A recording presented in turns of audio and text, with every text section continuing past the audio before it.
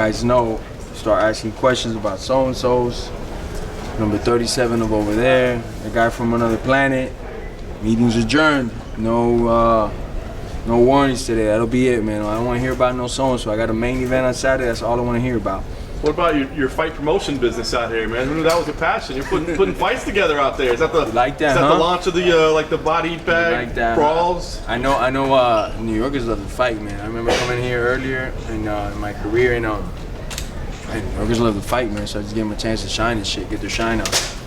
Talk about this fight, man. There's so much mutual respect for you two guys. I mean, does that change the energy or the feeling versus other fights when you had that much respect for the other guy? No, not at all. I'm here to do the same thing that's damage. That's turn the off button on him, make him short circuit, put him in outer orbit, because it's really for me and my family, my legacy. And the only way to separate myself from the pack is to send these people to another dimension.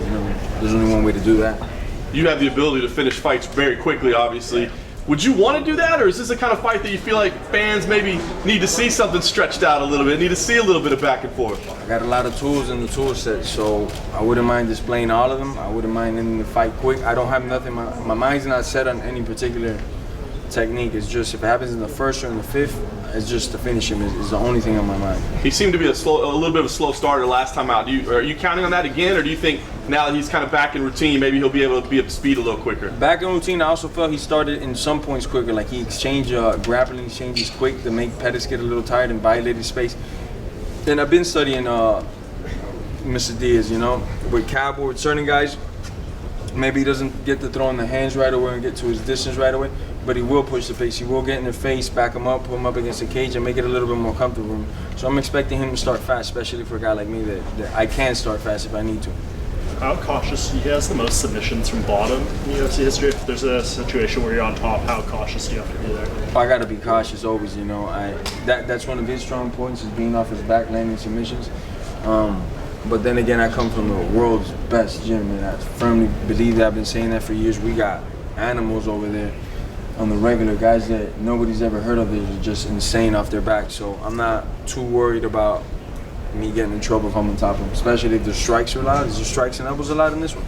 Yes. Okay, I'll be all right. All right. He's very famous for taking a lot of damage and being able to withstand a lot of punishment.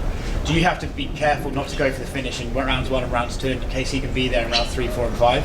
That's not me, man. That wrong guy you're asking that to, man. I'm there to hurt every second of every minute of the round. And if he survives what I got to give him, my hat's off to him. But there's a dog here. When this dog gets tired, it's only going to keep biting me. I'm not going to take a step back from nobody. There's not a fight you could pull up where me getting hit or me getting tired, I'm backing away or shying away from a fight. I'm a dog. Once that cage is locked, I only know one thing, one speed, So I don't take things like that into consideration. You're a pretty calm guy, Jorge. When that whole thing happened, when Diaz, it looked like he might not be on the card, did you, for a second, think there was a possibility it wouldn't happen, or were you always confident? Yeah, day one, I was like, it's going to happen. There's some type of weirdness going on. Then I thought maybe they screwed up somebody's lab test. Maybe this guy had too much CBD, and I don't know. I started thinking they might pull the fight. The athletic commission, the anxiety hit. I had about 2 large pizzas, hot fries, soda, glass bottle though, because I'm fancy, with the real sugar from Mexico. And I've said this already before, but my dad lives with me, so he got a hold of the cavalry. The cavalry came over, took credit cards away, restrained me, and I'm good though. I'm good on weight. I'm ready to go. But yeah, the anxiety was real for a couple hours. I fucked up a lot of food.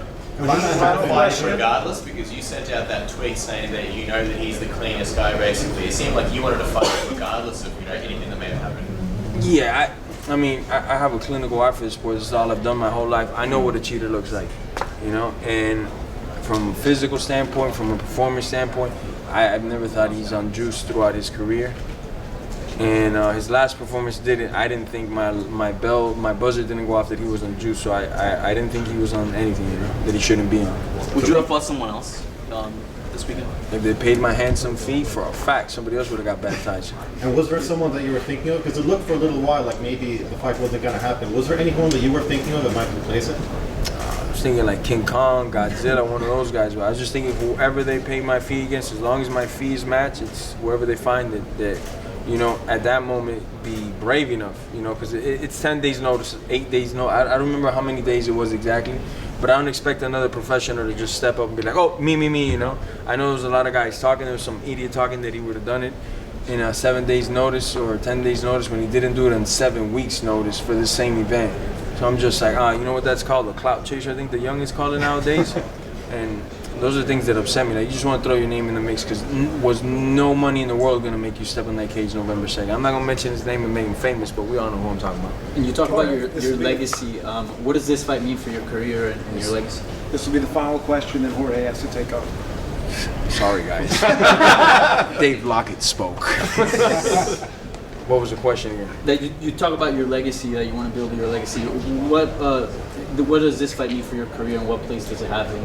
Oh, it definitely has a special place. Not because it's an MSG, not just because the BMF title, not because so many other surrounding factors make this event one of the biggest events of UFC history. It's just because the guy that I'm fighting. If I was fighting him in the parking lot, if I was fighting him in his backyard, man, it's to me, it's always the fighter, the guy that I got to cross that makes my moment. It's like, yes, you know, and it's not from a disrespectful place or nothing, but it's like a chess player that wouldn't want to play chess with somebody like me because I'm a novice, would want to challenge himself and play the best player of all time. It's the same thing. I want to fight the greatest guys of my generation and hurt them.